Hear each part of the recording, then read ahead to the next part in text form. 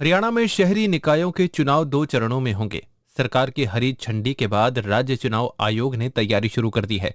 पहले चरण में 3 नगर निगमों, 3 नगर परिषदों और 21 नगर पालिकाओं में चुनाव होंगे। राज्य चुनाव आयोग की योजना 4 फरवरी से पहले ये चुनाव संपन्न कराने की है।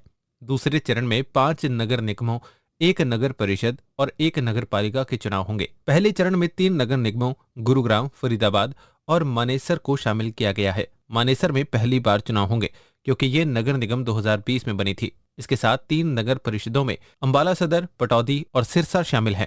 सोनीपत और अंबाला नगर निगम में मेयर के लिए उपचुनाव होंगे। सोनीपत के मेयर निखिल मदान और अंबाला की मेयर शक्ति रानी शर्मा के कालका से विधायक चुने जाने के बाद यहाँ उपचुनाव कराए जाएंगे।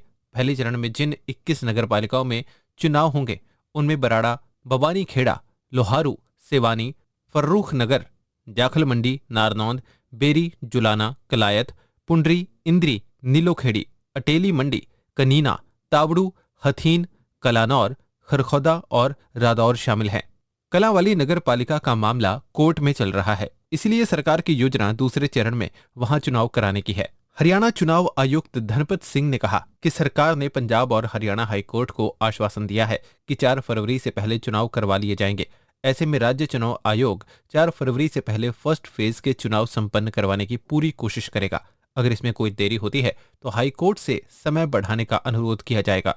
उन्होंने बताया कि दूसरे चरण में 5 नगर निगमों करनाल, पानीपत, हिसार, रोहतक और यमुनानगर में चुनाव करवाए जाएंगे। नगर परिषद थानेसर और नगर पालिका कलांवाली में भी चुनाव दूसरे चरण में करवाए जाएंगे।